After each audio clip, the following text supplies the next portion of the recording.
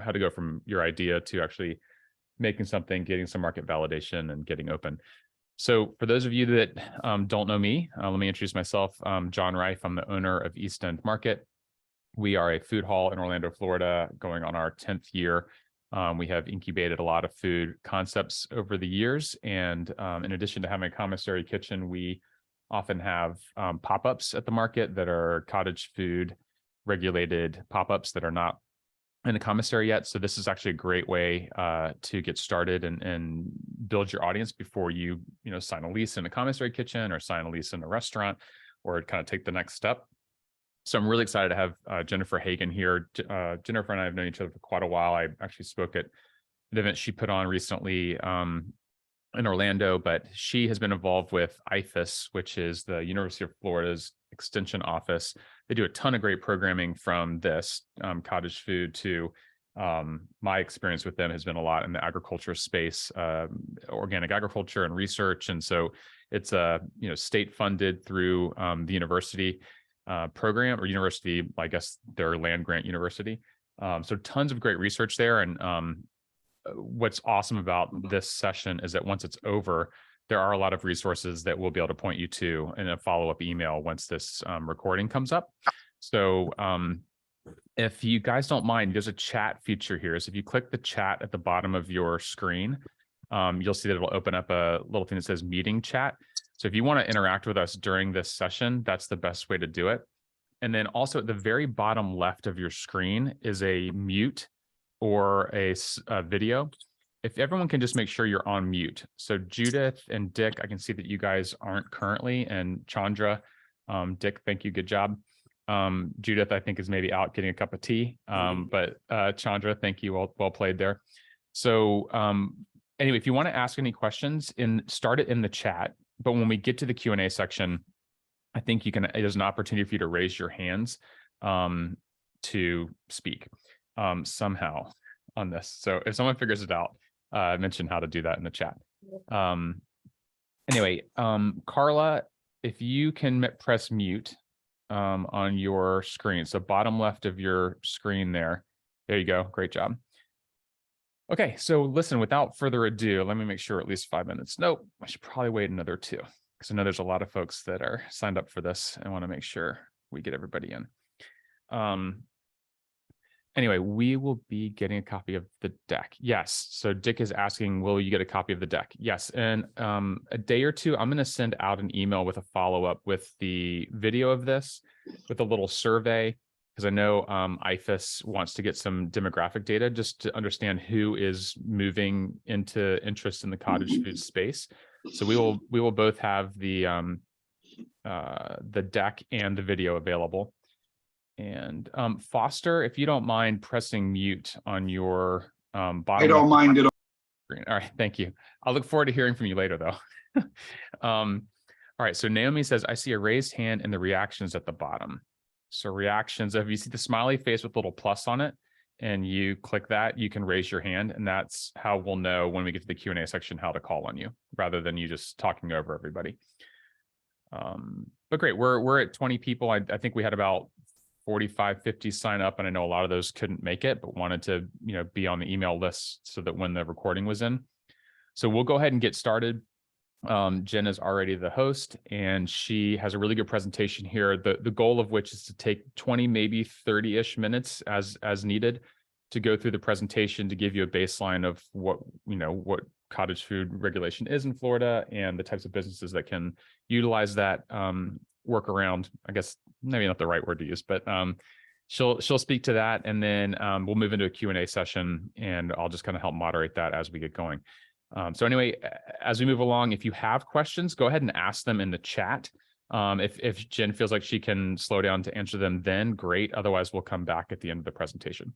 So without further ado, I want to introduce you to Jen Hagen, University of Florida's Extension Officer. Are you technically a federal agent? Because that just sounds cool. That sounds cool, but unfortunately, I don't think my pay grade reflects that. So state employee. So I guess I would say extension agent, state representative. Awesome. All right. Well, I will turn it over to you. It's already screens up. It's yours. Great. Take it away. Okay, well, thank you all for joining us. And thank you, John, for allowing me to present within your space to your clientele. I just want to let you all know that I am going to go through a presentation. I believe there's 16 slides. There's going to be a lot of information, and you will get a copy of this information post the Zoom presentation.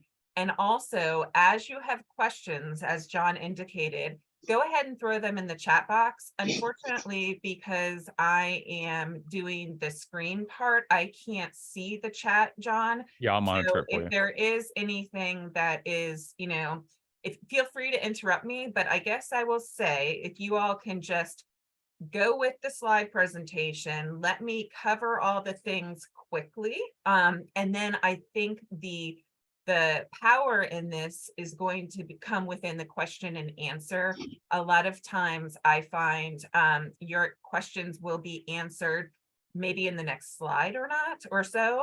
So I want to go ahead and do the presentation. We'll hold the questions till the end of the presentation, and that's where we can start to have the conversation and do a deeper dive into any of your specific questions that you may have.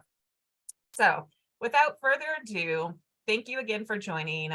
My name's Jen Hagen. I actually work for the University of Florida Extension Office, and I am based in Lee County, Florida, which is south of you down in Fort Myers. So I am based in Fort Myers, but I do work statewide. And as you all know, the cottage food law is a statewide exemption, and we're going to dive into that a little bit more. But everything I'm covering today is part of the Home Sweet Home Act, and that became effective July 1st of 2021.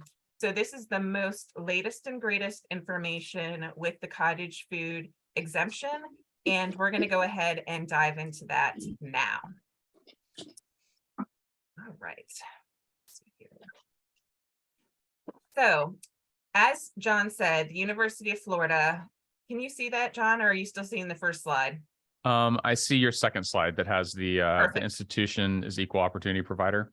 Yes. Let me say thank this, you. just anybody else that's joined in the last few minutes, if you don't mind pressing mute in the bottom left of your screen, that'd be great. Because as some of you are walking around, we can hear you.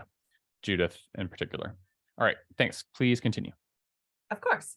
So as the University of Florida, I just want to make sure that you all understand that we are an equal opportunity provider.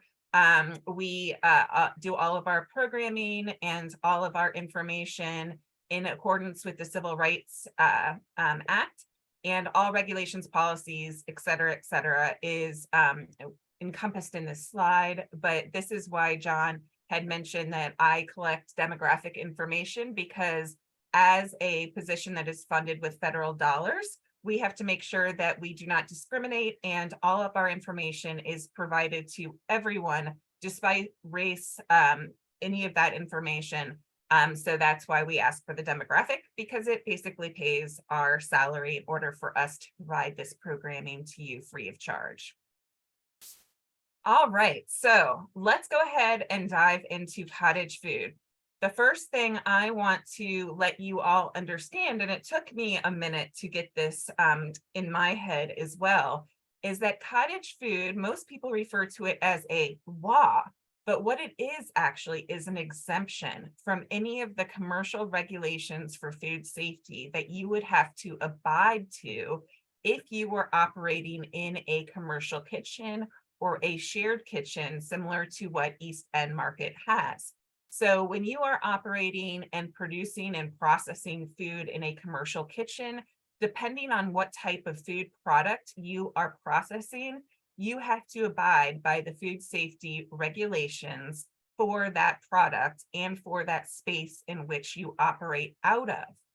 So cottage food, rather, is an exemption from that rules and regulations for commercially regulated products.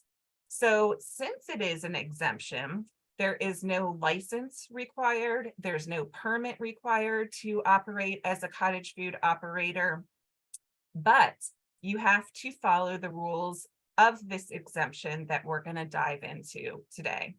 And the biggest thing and why cottage food is exempt from commercial food safety regulations is because the type of products that are permitted under cottage food are basically, let's consider it this way, they're not hazardous. They're not prone to being something that would be associated with any kind of product that requires time, temperature, or control for safety. That's a fancy food safety word or phrase, but what that basically means is they are not food products that are hazardous or require some kind of control to keep them safe.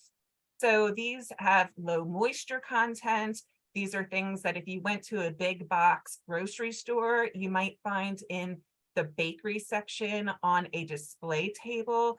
They are something that could stay on your shelf or your counter for a few days without being suspect to spoilage or any kind of issue that could make you or any of your customers sick. So we're going to go into that a little deeper, but I just want you to understand that these are food products that have a shelf stable. They're shelf stable and they have a shelf life for you to be able to consume and not have to refrigerate. You do not have to cook them. You do not have to freeze them or any of those other precautions to keep that food product safe.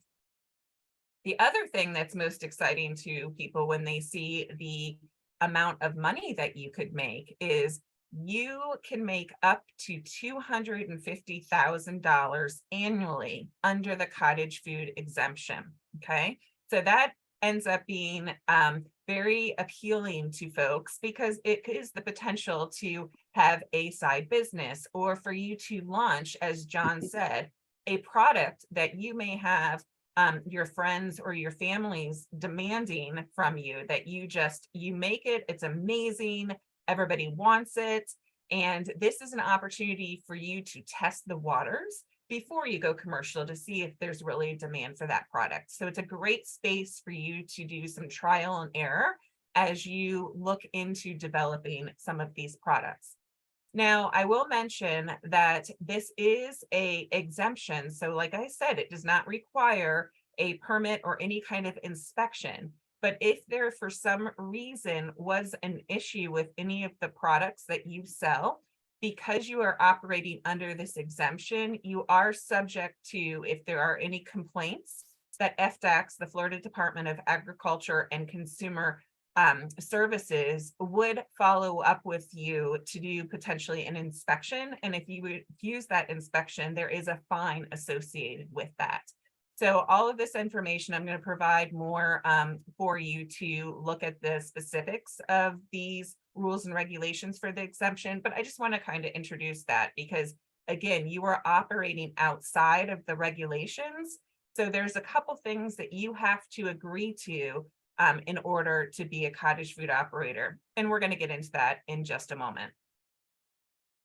All right, so backing up, I am going to show you on all of these slides the updates that happen as of July 1st of 2021. When you see text on these slides that is underlined, that means these were additions to the cottage food exemption as of 21. So for instance, in this definition of what a cottage food operator is, the underlined text is the part that was amended and added under the Home Sweet Home Act. So for a cottage food operator, just to make sure that we understand what that means, is basically a person. Now it does say an entity. That means that you can create a name for your cottage food operation that is not your name.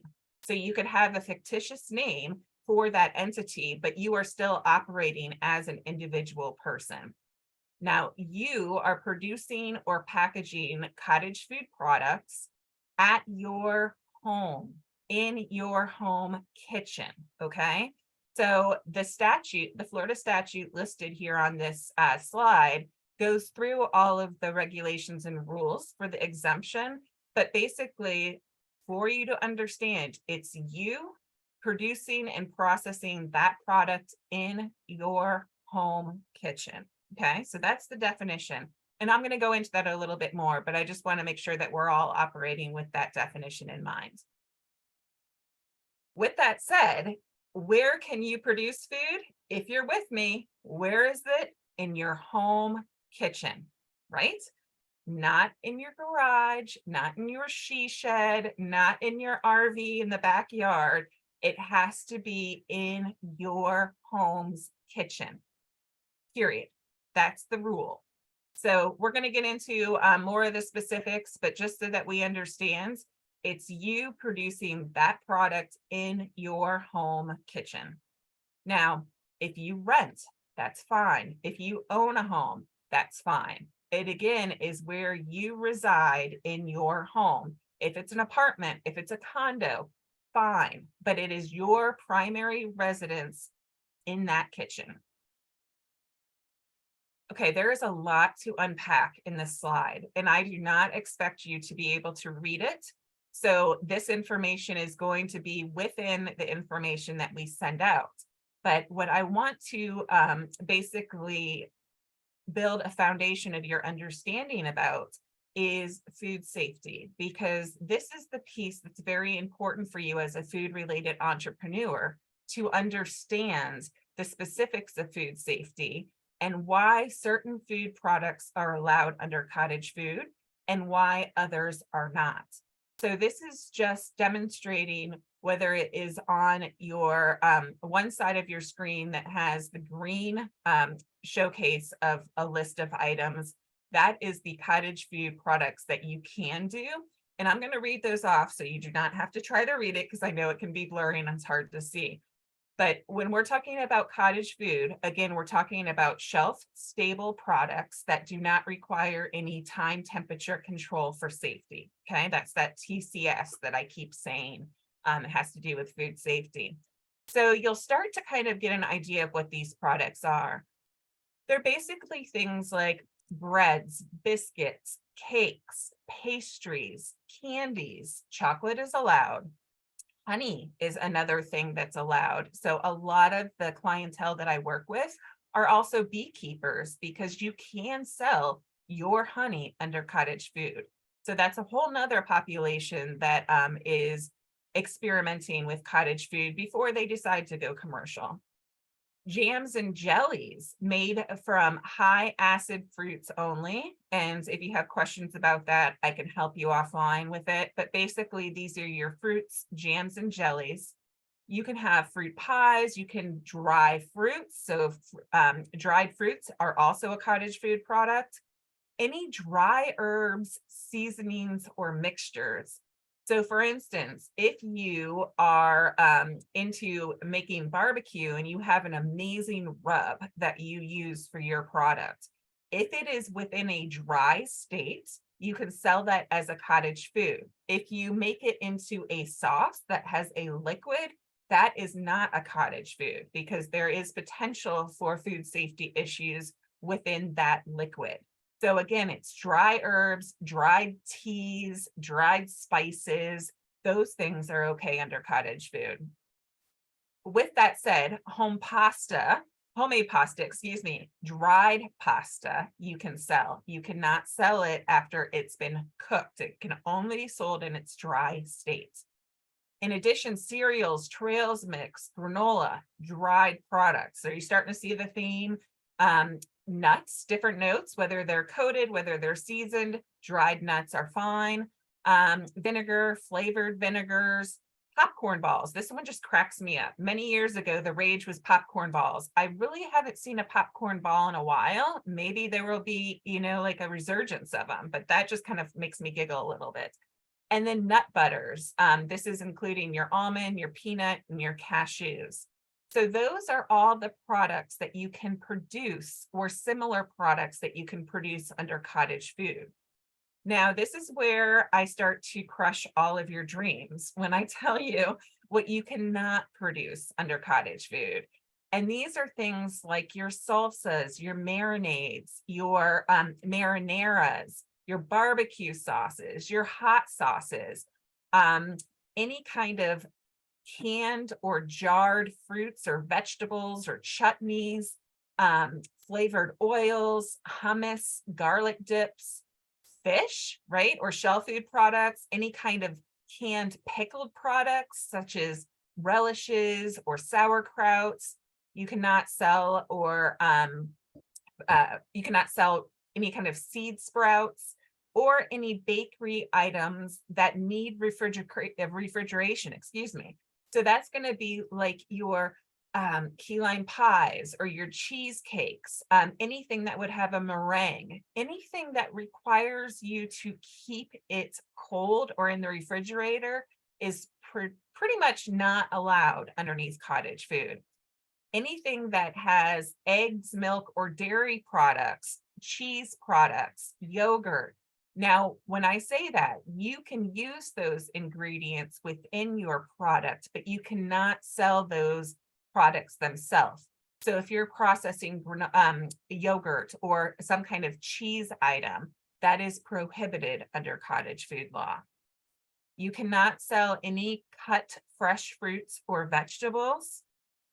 No ice products are permitted. You cannot sell any fresh or dried meat, including jerky. No focaccia style breads, or any kind of bread that would have a vegetable or a cheese topping on it.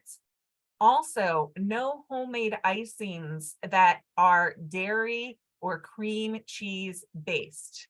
And that's just the icing. Again, you can use the butter, you can use the dairy within your ingredients, because if you're doing a cake or a cookie that has those ingredients in it, you are going to be baking that cookie or that cake, and that takes care of the food safety concerns. But you cannot sell a cake that has a cream cheese icing. And I'll be able to answer some questions about that when we get into the Q&A session also. You cannot sell any hemp-based or CBD products, okay? This requires a different permit and is not eligible under cottage food. And additionally, you cannot produce any kind of juice or bottled produce. So these, again, are what's prohibited, but we're not going to focus on that right now. Let's talk about the rules and the regulation for the exemption. And as you have specific questions that you are concerned about, we'll handle that in the Q&A. All right, moving on. Food safety is a huge concern. And when I say food safety, I'm not just talking about the handling of food. I'm also talking about the potential food allergens that can make folks very, very sick. And as a food safety concern, we're actually seeing more folks that are becoming sick from these allergens that I'm going to kind of explain to you, more so than we are from folks getting food illness. What happens is these ingredients, these 9 major food items, are the reasoning for a lot of folks getting sick, because they may eat something that has these within that product and they were not aware of that. So this is why I want to make sure that you understand what these 9 major allergens are. So as a cottage food operator, you are aware to make sure that you disclose very clearly if any of these items are within your product. And a little bit of trivia for you. As of January 1st of this year, we have 9 major food allergens. And that actually is sesame is now our 9th allergen. Prior to this year, we only had the big 8. So now we have the big 9. So as we go through this, the things that you need to be very, very cautious about are any products that would contain sesame, dairy, fish products, eggs, tree nuts, peanuts, shellfish, wheat, and soy. So those are the major allergens that can make folks sick. And I just like to make you aware of this because, as I said, that most of the issues with food have become a result of products having these ingredients in it and the consumer not being aware that they were within that product. Okay, so this is why the regulations for labeling your product are very, very strict. And here's an example of what your label will look like for your food product that you sell under cottage food. And there is no variance to this. This is what you have to do because, again, you are operating under an exemption to commercially regulated food products. So as an exemption, you have to declare your ingredients through this labeling process. And the things that the regulations say are, first and foremost, the top title to your label must say that this product was made in a cottage food operation that is not subject to Florida's food safety regulation. Again, that is your declaration, your caveat that is telling your consumer, hey, I made this in my house. You are eating it and buying it at your risk, understanding that it is a permitted product under the cottage food exemption. So that's the caveat. The next thing is that your label has to be at least in 10-point type. So it has to be the size of your font has to be 10 point. And it needs to be in the text of your label needs to be in a color that you can read it clearly. Also, we need to make sure that you have your food product clearly labeled. So if you're selling chocolate chip cookies, you state it's a chocolate chip cookie. So there's no confusion about what that product is. And here's another piece that a lot of people get concerned about. Remember, you are operating under an exemption. So in order to do that, you have to declare and list your home address. And there's no way around this. This is what you have to do. And I've had people come up to me and say, oh, well, my husband or my wife or my partner is in law enforcement or is a correction officer, or my spouse may be a physician and we do not want to declare our home address. Well, guess what? Then you better go commercial, because you have to, in order to sell as a cottage food operator, list your home address, because that is the tracking mechanism that allows people to find where you produce that product. And for FDACS, the Florida Department of Agriculture and Consumer Services, to be able to track your product. So your home address has to be on that label. And then depending on your product, you need to list, and this goes back to the allergen statements, you need to list every single ingredient that may be in that product. And I'm not saying you have to list the recipe. You do not have to give away your secret sauce or your secret in secret recipe. But if that secret sauce includes soy sauce, you better put soy sauce on your ingredients, because again, you are declaring what is within that product to reduce any potential allergen reaction of your consumer. You also have to list your ingredients by the predominant weight or the ingredient amount. So for instance, if you're making cookies, just as this label states, and your primary ingredient is flour, that will be listed first, all the way down to your smallest ingredients. And when I say small, I don't mean the actual size of the ingredient. I mean the amount of the ingredient that you use in that recipe. So for instance, on this example, it's baking soda. So these are the criteria for your labeling. Again, as you can see highlighted under number 5 of this slide, is that you must declare if there are any of those 9 major food allergens within your product. And you also need to declare the volume of that product, the net weight or the net volume of that product. Now, if you are selling individual cookies, you do not have to have this label on every single cookie, but you need to maybe print out a label that you can hand to your consumers or have it at your stand. So as someone is buying that product, it is clear that there may contain an allergen within that product. Okay, we can come back to this during question and answer because I know you have some questions about this, but we'll move on through the slide presentation. So the last thing I want to mention when it comes to food safety is that one of the other requirements for you is if you are going out to pop-up markets or special events and you are offering samples of your product, these samples need to be pre-packaged at home.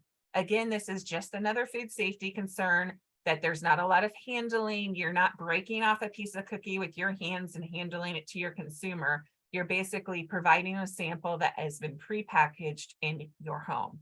And we can come back to that a little bit if you have questions about it. For instance, a lot of people ask me, well, how the heck am I going to provide a pre-packaged sample of my honey? Well, for honey, you don't have to do that. You might be able to, serve the honey on an individual spoon that you then hand to your clientele. But when you're doing things like a cake, a cookie, a product of, some kind of that you want to give a nice sample of, an example of this picture is the way you prepackage it at your home. Okay, so we're going to get into more of the nitty gritty. I've covered some of the very basic best management practices for food safety that you should abide by as a cottage food operator. But now let's get into the grit of what you need to know about cottage food. So again, this piece is underlined, and this was a big change in 2021 because prior to 2021, your local municipality could tell you whether or not you could operate as a cottage food operator. Now, your local municipality cannot.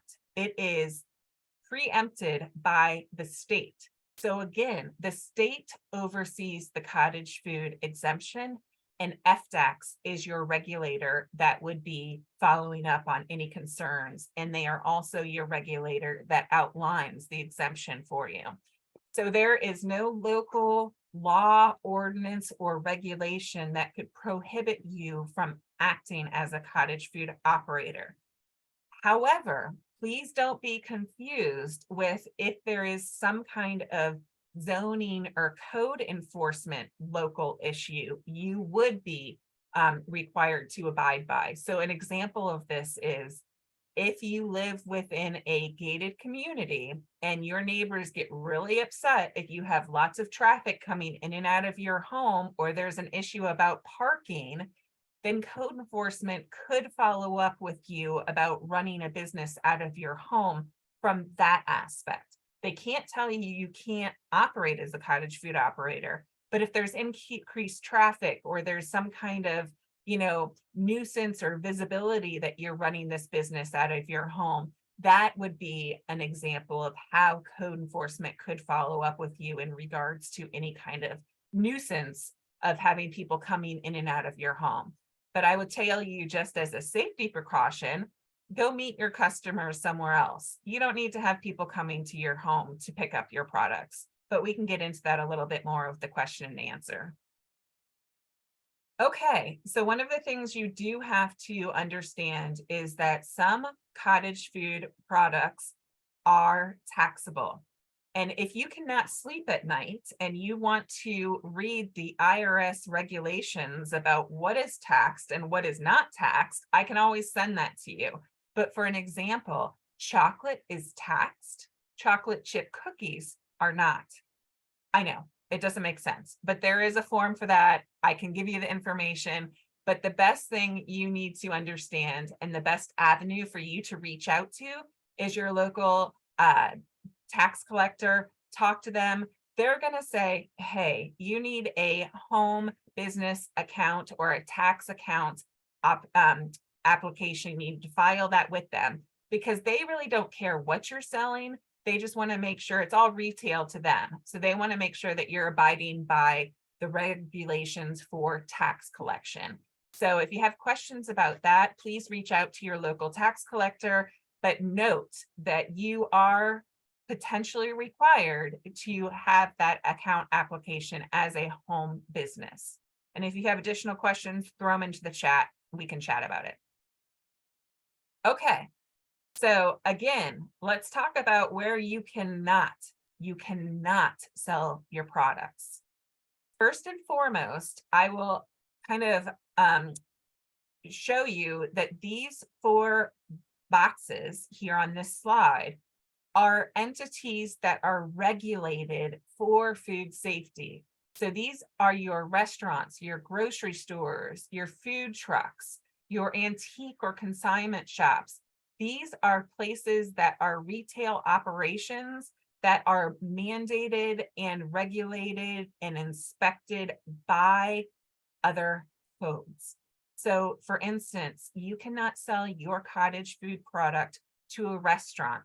You cannot sell your cottage food product through your neighbor's food truck over their counter. You cannot sell it through an avenue that is regulated through a different regulation. And I hope that makes sense. But you cannot sell your cottage food product at your local consignment or antique shop. Now, you could advertise for your product there, but you cannot have them sell your product for you.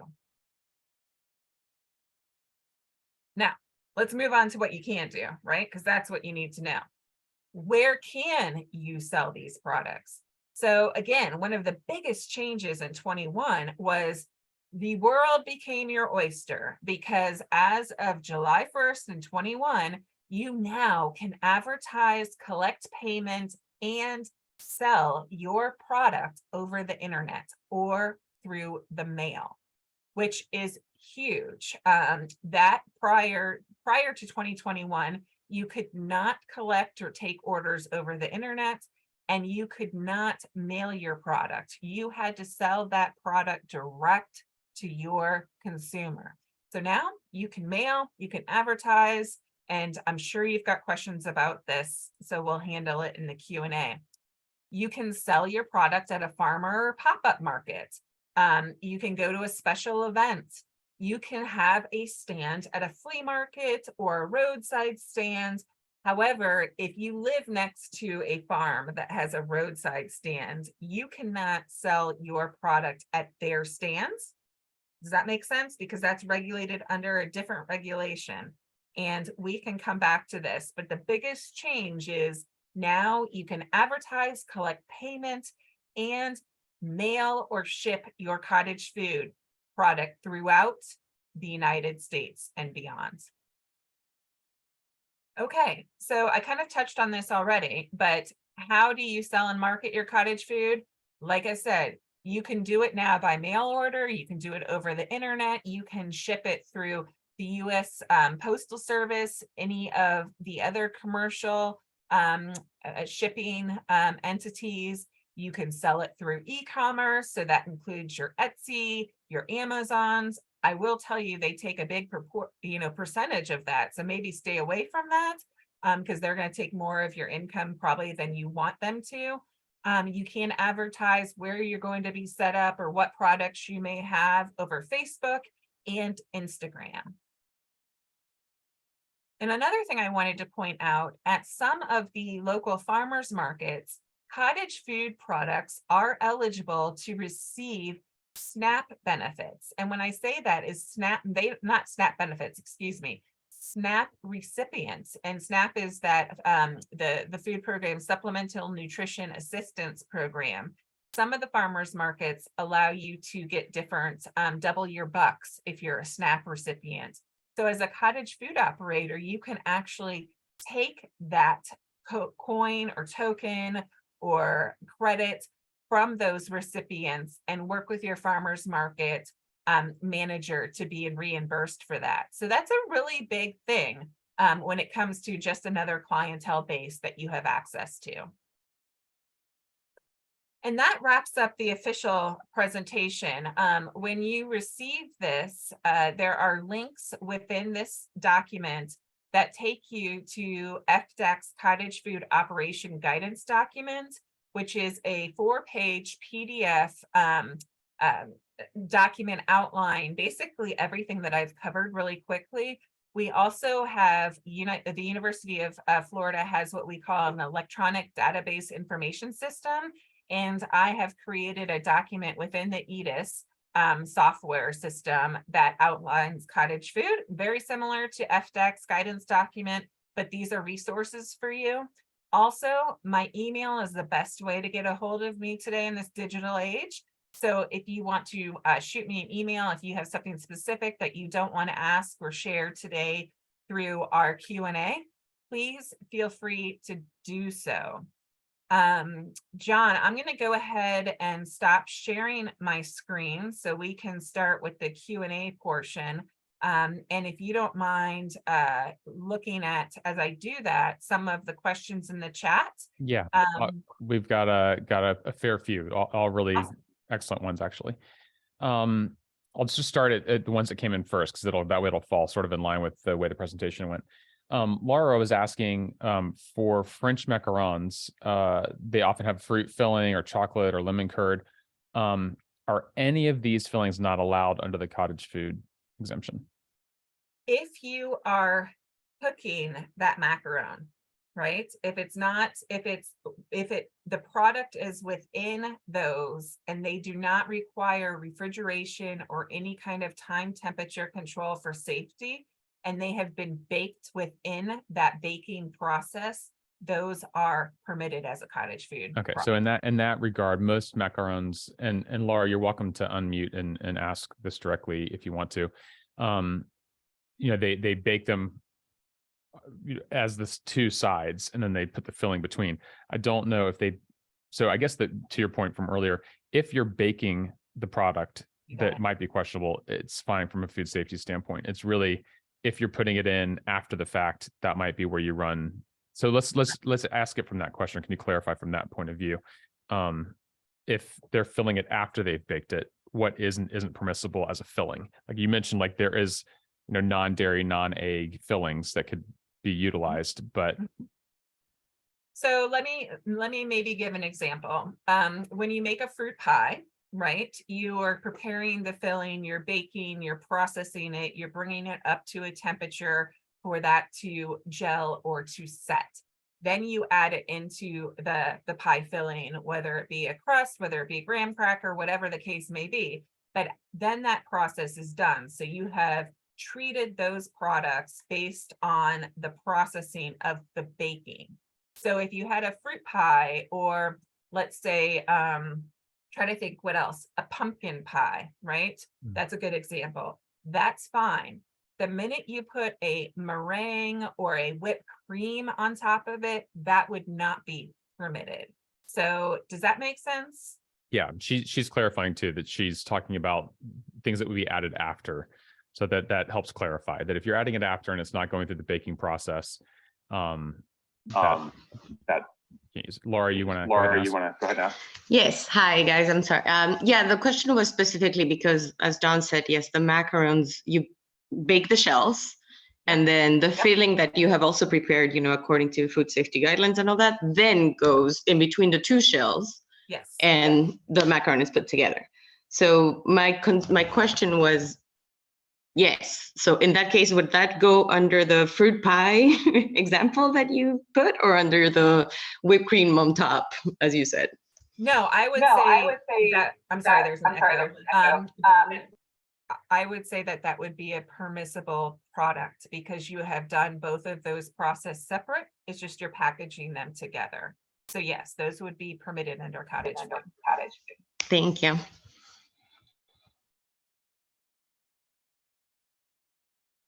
You're muted, John. Naomi was asking on the labeling, if you're mentioning the allergens in the ingredient list, do you also separately have to call them out on a separate line in the allergen section? Like, do you always have to have that separate? That is a best practice. And if you go back to the example of that label, it did have them called out, whether it was dairy, gluten, whatever the case may be. So yes, because you want to make sure that you're not jeopardizing any kind of health concern for your consumer. That's bad business practice, right? You don't want to take any risk of getting your customer or your clientele sick. So make sure you're very transparent with the ingredients, not the process. You don't have to tell your recipe. but make sure that people know that that soy sauce is part of that ingredient. Kind of an update and a follow-up question on that. Or Naomi or Leanne, one of them was asking, when listing the ingredients, do you have to say the amount, like by grams or weight or volume, or it's in there? It's just listed the ingredients, but they do ask you to do it by predominance of Okay. the ingredient amount. Sure. So like I So said, for whatever is the example, biggest amount, if it's flour, that first. goes first, then sugar, Yes. then butter. Okay. Exactly. And then the ounces or the volume was just for that particular product.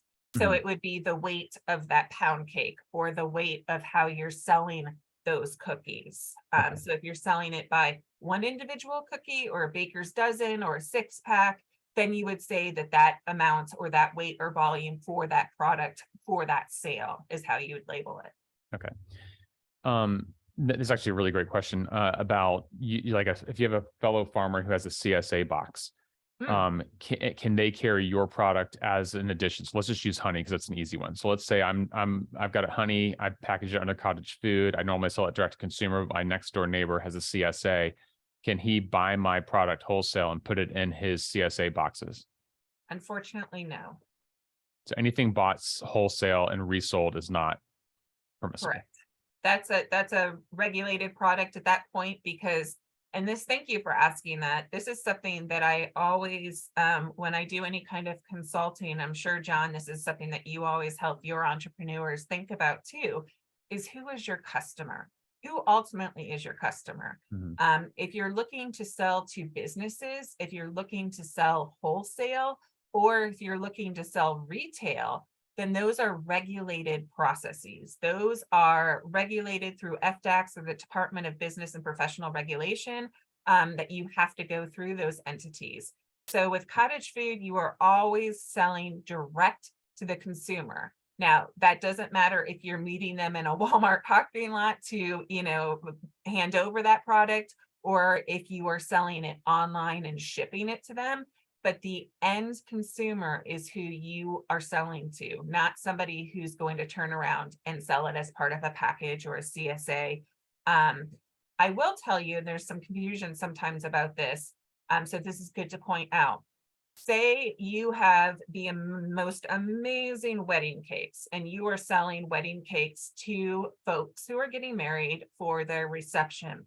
Now Mhm. that cake or cakes may be consumed by the 300 attendees that are there. That is fine because you are selling it directly to the person who is having the reception. Mhm. So while 300 people are enjoying your amazing wedding cake, your direct consumer is the person having the reception or the baby shower or the special event. So you're Okay. selling it to that person. That makes a ton of sense. Let me put another layer on that. This is from Grace, who's a baker. She's Mhm. saying, what if you're not selling it wholesale, but selling it at retail cost to a nonprofit organization that just then distributes it for you? No, that would be regulated. That would be considered a more of a catering Mhm. business. So let me mention this too, because I know from a even agriculture standpoint, Mhm. what you mentioned earlier is all really boils down to traceability and who's liable from a food safety standpoint. So if I use the honey example earlier, if I'm Joe Farmer next door and I'm making honey and I don't have a business and I sell a couple gallons to the farmer next to me and then he packages it and sells it, it's not his responsibility.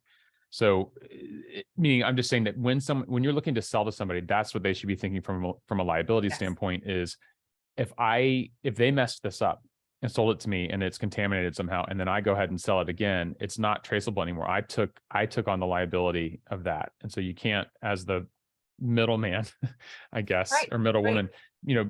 think of holding them liable when they weren't doing it legally in the first place. So a lot of this is to help with that. Because I will say there's a ton of backdoor dealing with farmers and stuff, which I don't encourage. I mean, sometimes a farmer doesn't have the capacity to get to that level yet. So I'm like, look, if the restaurant is coming to visit you and the chef is willing to take that risk, it's now the chef's risk.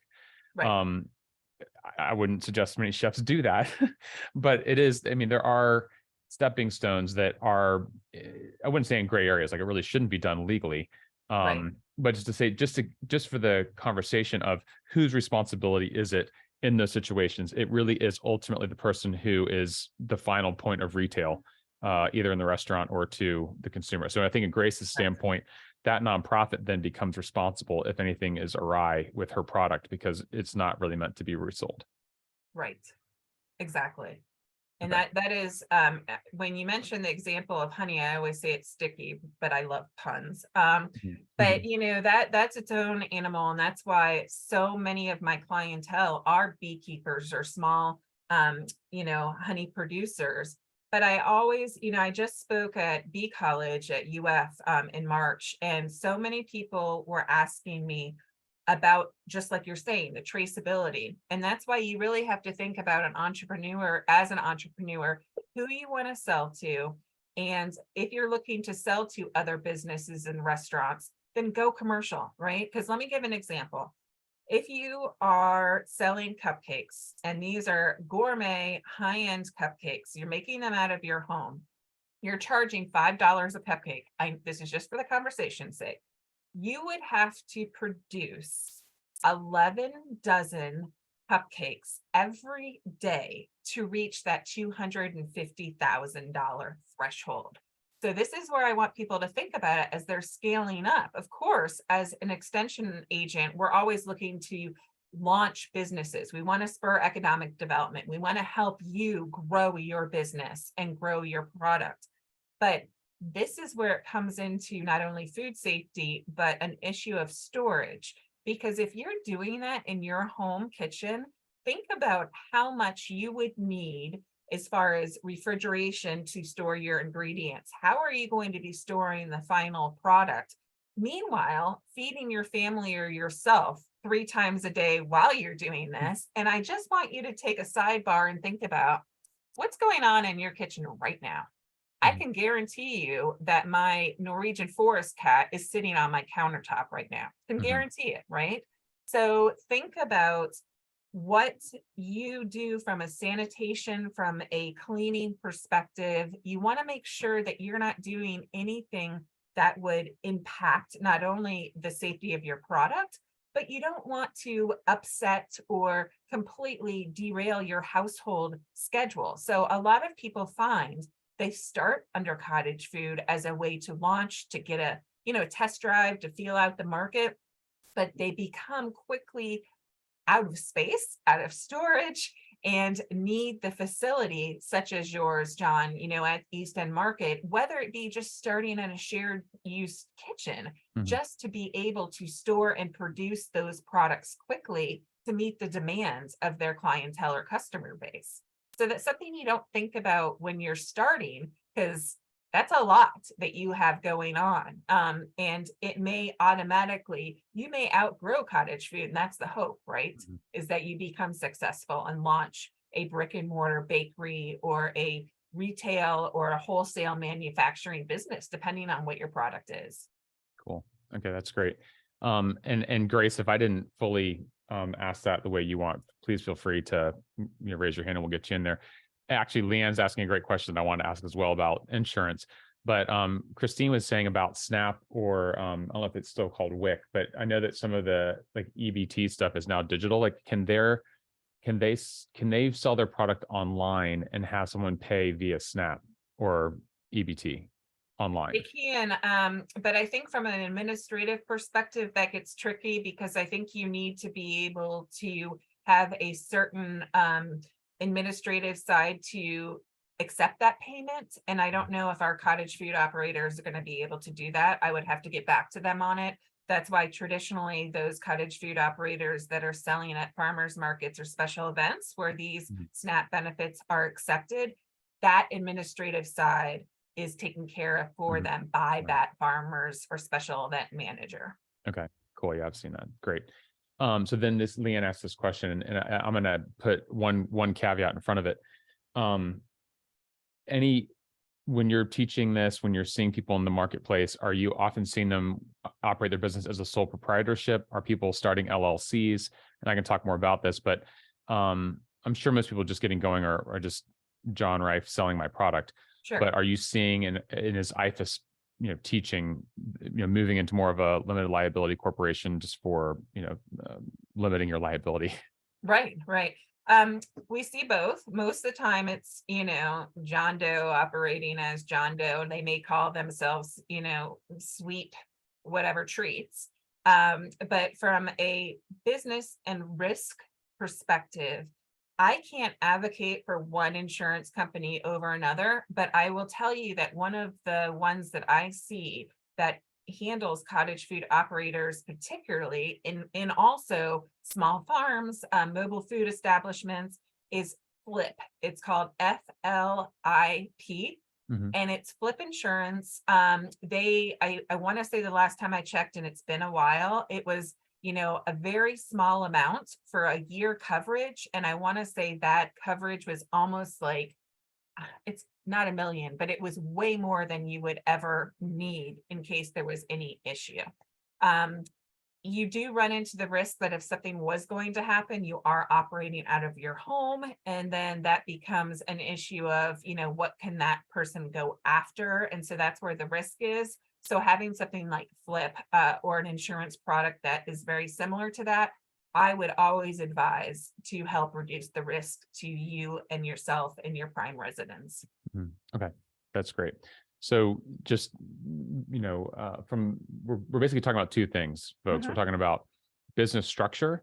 In the state of Florida, you can have a company that's called a limited liability corporation, which if things go badly, the company is liable. You're not personally liable unless you show, gross negligence. Right. Where if it's you personally, you're as the product, DBA, doing business as Sweet Treats, let's say, you're not protected in that same way. So which means why you should also be looking at insurance in general, both general liability, like if your umbrella blows away at the pop-up and it hits somebody, who's paying for that? So two things you need to explore more. It sounds like Flip's a great resource to check on. We had a multi-pronged question from Christine. She said, for honey, are you allowed to buy it from a farm and sell it or add it to your gift set? I notice others have honey in their gift sets on Etsy, even if you don't open the honey container and add it to the way the farmer sold it to you. And I guess well, go ahead. Well, and so we talk about this a lot at Bee College, and especially with some of our small scale, mid scale beekeepers. Here's the thing. Cottage food is somewhat, it's black and white, but there's lots of shades of gray in there, right? And so the regulation says if you are selling honey and you're a beekeeper, you are processing that honey in your home, right? And when I say processing, I'm not talking about pulling, extracting, I'm talking about bottling, right? You are bottling the honey that you have produced from your hives. Those hives do not have to be on your home property. Your hives can be everywhere, but you are bottling that product in your home. The minute you buy that product from a beekeeper who's operating under cottage food, you would be reselling that product. Does that answer the question? So if you are selling, you can make a gift set, you can sell gift sets, but that honey that you buy is not something that you're producing under your cottage food operation. You would only be producing that chocolate chip cookie under Sweet Treats.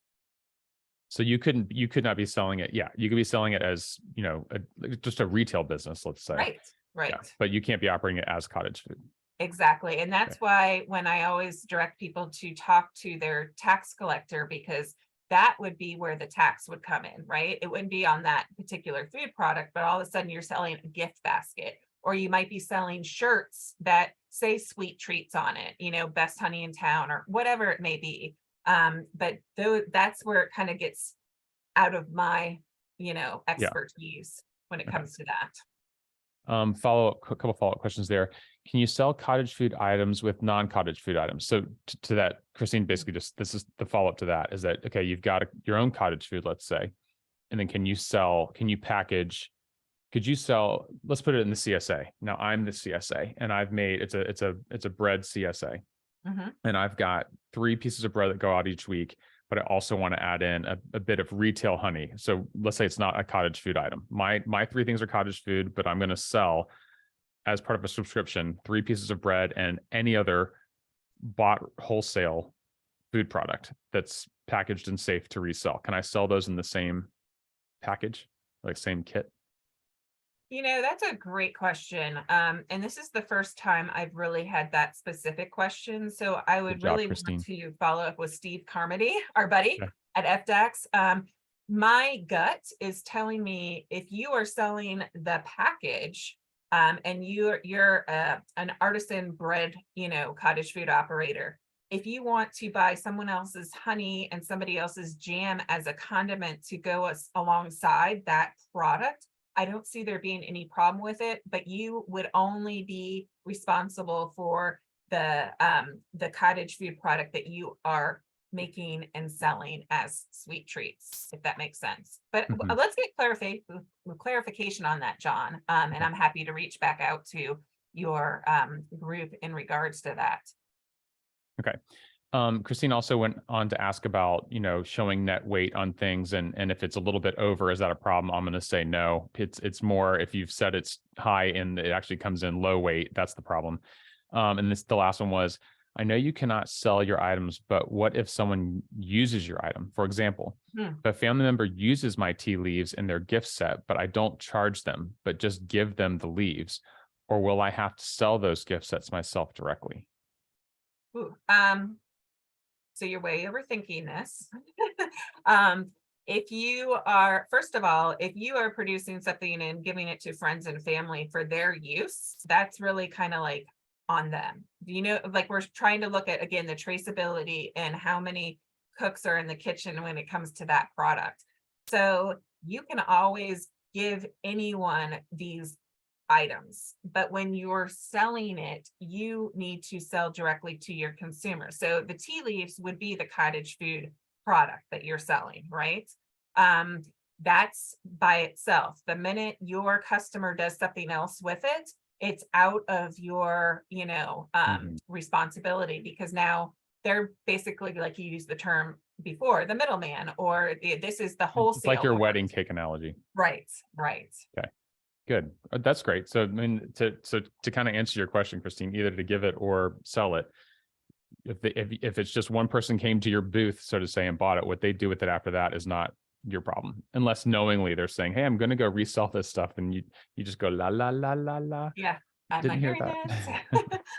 Yeah. And again, the intent of this is just for you to be able to understand the boundaries of the exemption, right? I mean, we want you to be so successful that you launch and go into a brick and mortar or a catering business or work out of East End Market. I mean, that's the end goal. But as you scale your business, really ask yourself, I always say 3 questions.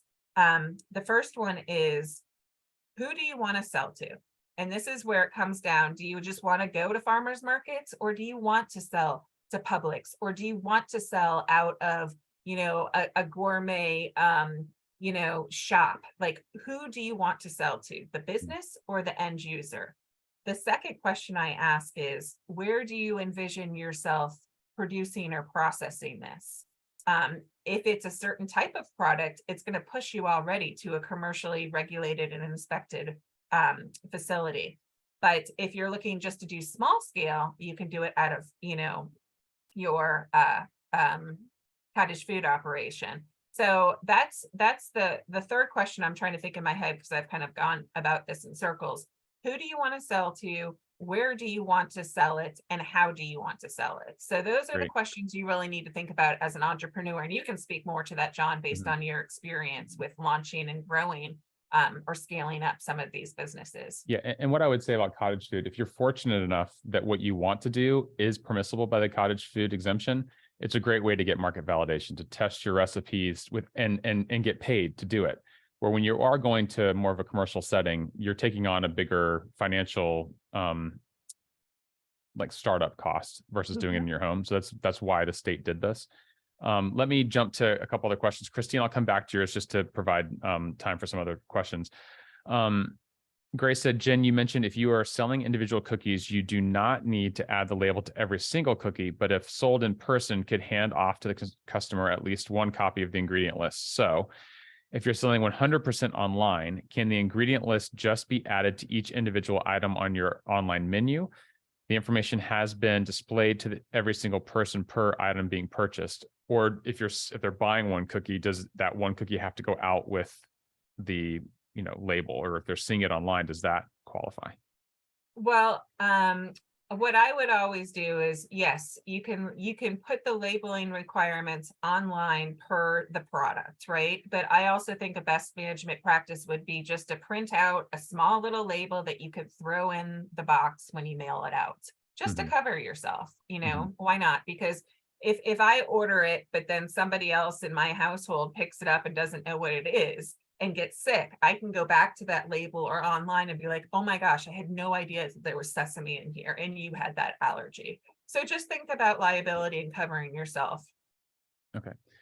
Grace, if that doesn't answer it, just put some clarifying question and then we'll come back to it. Christine said, her question is kind of on private labeling. And that goes, she's the one that asked earlier about her cottage food product and then something else. I think I know the answer, but like if she's going to sell her 3 pieces of bread and this honey, she can't label it as her sweet treat. If she's buying, like if she's buying it wholesale, unlabeled, and private labels it herself, it has to be a different private label than the cottage food label. Yes, and I think that's called like white labeling. Somebody told me in the private business. labeling. Yes. So correct. You are selling that other product. It needs to have a different label tag. It can't be product within your bread as your product. So just be transparent. That's the best thing. Yeah. Good. I'll just answer a couple of questions. I think probably one of the next natural sessions for us to have is to interview someone like Grace, who's been doing this for a couple of years and is quite settled into that routine of cottage food, and talking about to your point of having a cat, and it's also where you make your morning coffee. Right. And then talking about how you start to move towards, working in a commissary kitchen. So we've had plenty of people come through that could talk to that jump from cottage food to commissary, because you can't do both. Once you jump into a commissary, you can't also be under the same company, be doing cottage food anymore. So it's an important thing to consider before you make that jump. Okay, any other questions? I mean, you did a great job in the presentation of just covering it all. I know that they're always, I love even just the sessions I've been in with you, hearing the intricacies of how people can get their brains, twisted sideways, trying to think through all this stuff. But it's important. Yeah. You want to be compliant in how you run your business. And it's great that the state provided this exemption, but we also don't want to abuse it or put people's health in danger. Absolutely. And the one thing I will say, as an educator, I am trying to provide to you a package of what this exemption entails, right? I'm trying to guide you, kind of give you the boundaries or, the rules and regulations that fall within it, because you are operating as an exemption. You're not licensed or permitted or inspected as a regulated product. So with that said, if somebody was to challenge your product or your practice, I will tell you and you all know how this is in the entrepreneurial world, your peers are going to be the ones that challenge you. If somebody sees that you're doing amazing and you're selling a product, but that mobile food vendor has gone through the license and the inspection and done everything that they need to do, but now you're over here selling something else, they might be the one that it's like kind of peer regulated. There's not a lot of, well, first of all, there's not cottage food cops that go out there that are looking to bust you. Okay. There are FDAX inspectors that may go around to some of these pop-up markets, but again, don't think of them as enforcement. Think of them as educators, because they're trying to help prevent food-borne illnesses or allergen reactions. So really, this is an education process and an introduction to commercially food that's regulated. They're actually going to save you from a bigger problem. Exactly. When someone sues you. Right. Which I will say, as you guys look to do pop-ups and as you look to go to farmers markets and those things, they will have different requirements. So I would say most farmers markets, particularly municipal farmers markets, so run by a city or any municipality, are going to require insurance as period. because they're trying to cover what if you don't weigh down your tent well enough and it blows away. So it has nothing to do Right. with your food, but they want to make sure that you have general liability insurance. So I would say if selling to your neighbor and that sort of thing where you're handing them a bag, not a lot of risk there. But as you start to get out into the public marketplace, it's important to provide yourself insurance. And it's not super expensive, particularly general liability insurance is not super expensive. And because you're selling something that is shelf stable under this regulation, the level of coverage that an insurance company would want for you to have is much lower and therefore costs a lot less than if you were doing kombucha or some kind of raw Right. fermented thing. So Right. And like I said, it's been a while since I've looked at it and I could look at it now, but we're talking like $100 for, $1 million of coverage or something like that, whatever the case may be. And please don't not quote me because I've not looked at that amount exactly. I don't need anybody coming back saying, hey, you said it was 100 for $1 million. No, I do not know insurance. I'm just telling you, check out a product like Flip to be able to see the scale that would cover you. And I will tell you, John, one of my friends actually did have their leg hit by somebody else's umbrella that went flying and ended up in the hospital. So I've actually seen it happen, which I couldn't believe. I'm like, really? Out of all things, you got hit by an umbrella? But so think about it. Think about your risk. This is a great opportunity for you to test the market, to try things out. I'm happy, and John and I can help you get in touch with the regulators. If you have a question for FDAX, it's just an email away. So you can email him, email myself.